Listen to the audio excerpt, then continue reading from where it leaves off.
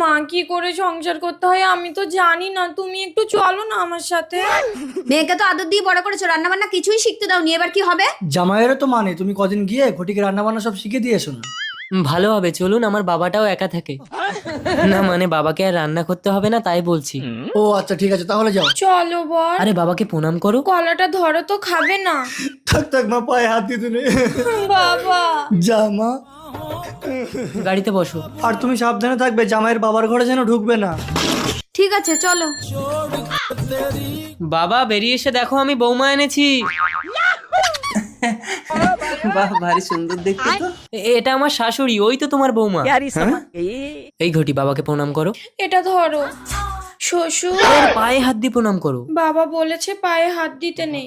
আরে থাক থাক, পায়ে হাত দিতে নেই, বুকে এসো। দেখেছো, তোমার বাবা সব জানে। আরে আরে ছাড়ো ছাড়ো, আসলে আমার বাবার বিয়ে হয়নি তো তাই একটু মেয়ে দেখলে কুরকুর